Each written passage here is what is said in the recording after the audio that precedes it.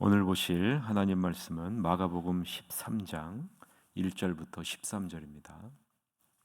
마가복음 13장 1절부터 13절 말씀 보겠습니다. 예수께서 성전에서 나가실 때 제자 중 하나가 이르되 선생님이여 보소서 이 돌들이 어떠하며 이 건물들이 어떠하니이까. 예수께서 이르시되 내가 이 큰 건물들을 보느냐. 돌 하나도 돌 위에 남지 않고 다 무너뜨려지리라 하시니라. 예수께서 감람산에서 성전을 마주 대하여 앉으셨을 때 베드로와 야고보와 요한과 안드레가 조용히 묻되 우리에게 이르소서 어느 때에 이런 일이 있겠사오며 이 모든 일이 이루어지려 할 때에 무슨 징조가 있사오리이까. 예수께서 이르시되 너희가 사람의 미혹을 받지 않도록 주의하라. 많은 사람이 내 이름으로 와서 이르되 내가 그러하여 많은 사람을 미혹하리라. 난리와 난리의 소문을 들을 때 두려워하지 말라. 이런 일이 있어야 하되 아직 끝은 아니니라.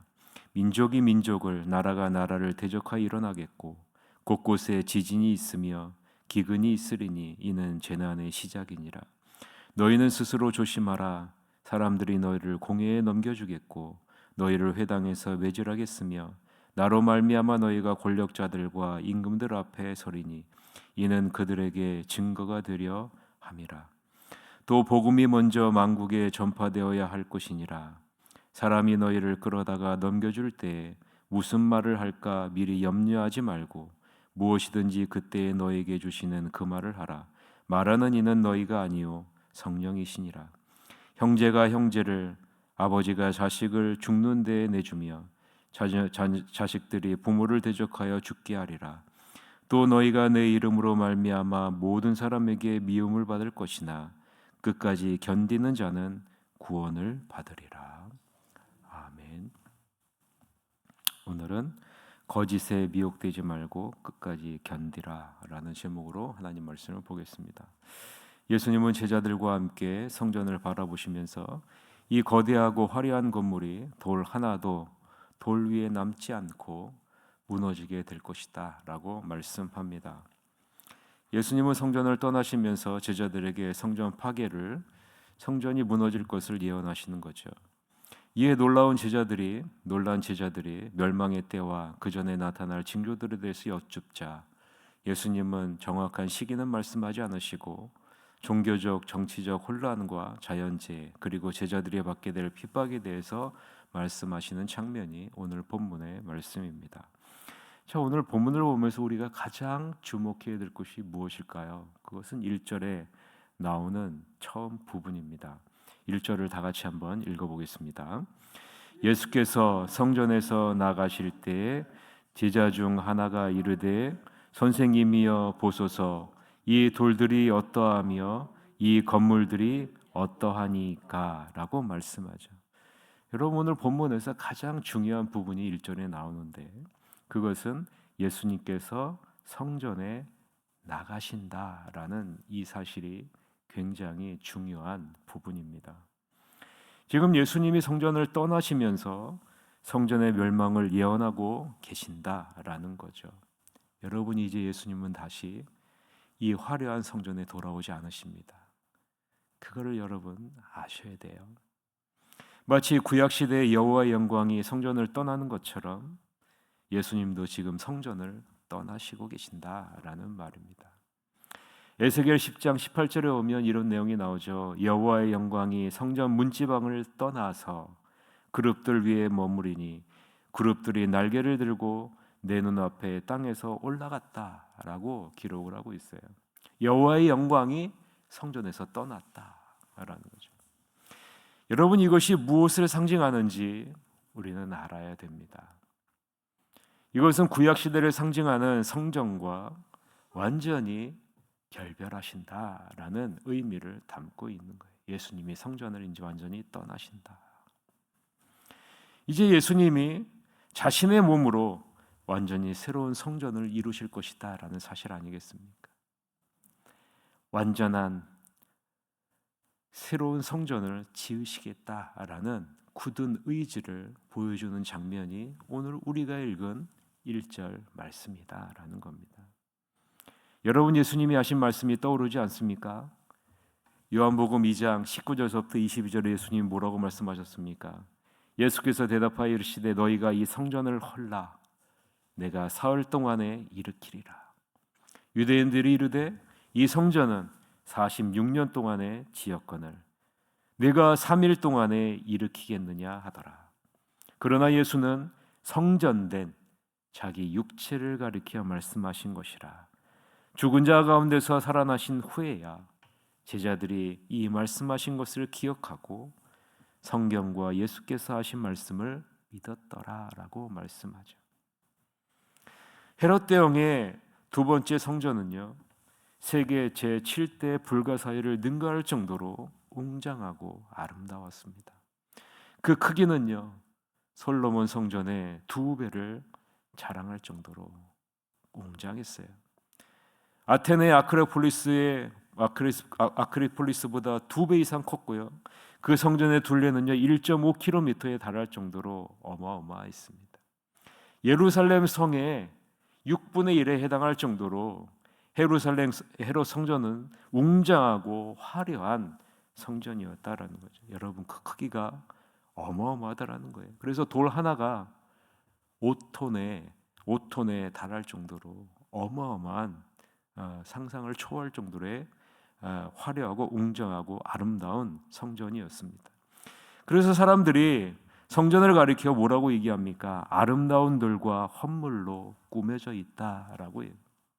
이 성전이 아름다운 돌과 헌물로 꾸며졌다. 누가복음 21장 5절서부터 6절, 병행구절인 누가복음 21장 5절서부터 6절에 보면 어떤 사람들이 성전을 가리켜 그 아름다운 돌과 헌물로 꾸민 것을 말하매 예수께서 이르시되 너희 보는 이것들이 날이 이르면 돌 하나도 돌 위에 남지 않고 다 무너뜨려지리라 라고 분명하게 이야기를 하죠.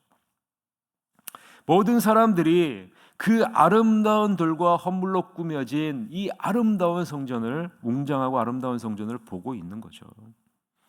왜 이렇게 웅장하고 화려하고 아름다운 성전에서 예수님이 영원히 떠나실까? 겉모습은 화려하고 웅장하고 아름다울지 몰라도 그 성전이 나타내어야 할 그 모습, 진정한 모습은 나타내고 있지 못하기 때문 아니겠습니까? 예수님은 이전에 분명하게 말씀하셨죠. 너희가 성전을 강도의 소굴로 만들었다라고 말씀하시지 않았습니까? 마가복음 11장 15절부터 17절에 오면 그들이 예루살렘에 들어가니라. 예수께서 성전에 들어가사 성전 안에서 매매하는 자들을 내쫓으시며 돈 바꾸는 자들의 상과 비둘기 파는 자들의 의자를 둘러엎으시며 아무나 물건을 가지고 성전 안으로 지나다님을 허락하지 아니하시고 이에 가르쳐 이르시되 기록된 바 내 집은 만민이 기도하는 집이라 칭함을 받으리라고 하지 아니하였느냐. 너희는 강도의 소굴을 만들었도다 하시매라고 분명하게 말씀하죠. 어찌 보면 예수님이 마지막 기회를 주시는 것이 아닐까요? 하나님의 성전을 성결하고 아름답게 가꿀 마지막 기회란다. 그럼에도 불구하고 이스라엘 백성들은 끝내 돌이키지 않는 것을 우리는 보고 있지 않습니까? 그러면 남는 것이 무엇이라고 예수님 말씀하시는 거예요? 돌 하나도 돌 위에 남지 않고 심판을 받게 될 것이다 라고 말씀하고 있는 거죠. 너희가 보는 아름다움, 너희가 보는 웅장함, 이것이 한순간 사라지게 될 것이다 라는 거죠. 이 시간 우리 자신의 모습을 돌아보시기를 바랍니다. 혹시 나도 외식과 형식주의에 빠져 본질을 잃어버리는 신앙생활을 하고 있지는 않는가? 외식과 형식주의에 빠져 본질을 잃어버리고 있지는 않는가? 주일날 예배에 참석하는 그 형식에 머물러 있지는 않은가? 매일매일의 삶 속에서 하나님과 동행하는, 하나님과 교제하는 그 모습보다는 주일에 와서 예배드리는 그 모습에 머물러 있지는 않은가? 헤롯이 지은 성전은 로마 역사가들이 가장 크고 아름다운 건물로 손꼽힐 만큼 화려했습니다. 그래서 제자들은 이 성전의 위엄과 찬란함에 압도되어 감탄하죠. 그러나 예수님은 성전의 본질을 잃은 이 성전의 멸망을 내다보시면서 마음 아파하시는 것을 우리는 알고 있지 않습니까? 여러분 잊지 마십시오. 교회의 영광은 건물의 화려함이나 웅장함이 있지 않다는 것, 많은 교인, 다양한 프로그램에 있는 것이 아니라는 것. 교회의 영광은 하나님의 임재에 있지 않습니까? 하나님과 함께 동행하는 것에 있지 않습니까? 하나님의 자녀된 우리의 영광도 마찬가지 아니겠습니까? 하나님의 임재, 하나님과 동행하는 것, 하나님과 교제하는 것, 하나님의 성품이 여러분의 삶을 통해서 나타나는 것이 여러분의 영광입니다. 새하늘 교회의 자랑거리는 무엇입니까? 하나님의 임재가, 하나님과 교제함이, 하나님의 성품이 나타남이, 성령의 열매가 드러남이 새하늘 교회의 자랑이 되어야 하지 않을까요? 그리고 그것을 우리는 다음 세대에 유산으로 물려주어야 합니다. 제자들의 관심은 언제 이 일이 일어나느냐라는 사실에 관심이 있어요. 우리들의 관심도 마찬가지 아니겠습니까? 언제 마지막 때가 이르는가? 언제 예수님이 재림하시는가? 그때가 우리의 주된 관심사이죠. 그래서 수많은 사람들이 사이비 이단에 빠지는 것 아니겠습니까? 그러나 예수님은 구체적인 그때가 언제인지는 말씀하지 않으세요. 왜냐하면 그때는 하나님의 주권 가운데 이루어지는 일이기 때문에 그래요. 우리의 알 바가 아니라는 겁니다. 그날이 언제인지 우리가 알 필요도 없다는 겁니다. 우리는 언제 그 일이 일어날지, 그때가 언제인지 관심을 갖기보다 그때는 반드시 온다는 것을 믿음으로 바라보며 인내함으로 기다리며 그 징조를 견뎌내야 한다는 사실입니다. 그래서 여러분 뭐라고 말씀하세요? 깨어 있어라. 깨어 있어라. 여러분 깨어 있는 자에게는 그때가 언제인지가 중요한 것이 아니에요. 우리가 예수님과 동행하면서 예수님과 함께 나아간다면 그때가 언제인지 중요한 것이 아니라라는 거예요. 예수님은 예수님과 동행하는, 예수님과 교제하는, 예수님의 성품을 드러내는 성령의 열매를 맺는 자녀에게 절대로 숨기시지 않습니다. 그때가 다가오면 다가올수록 그 징조들을 함께 느끼게 하신다라는 거예요.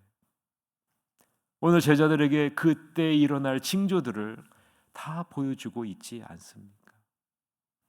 그때를 보면서 너희가 깨어서 견디며 기다리라라고 말씀하고 있는 것 아니겠습니까?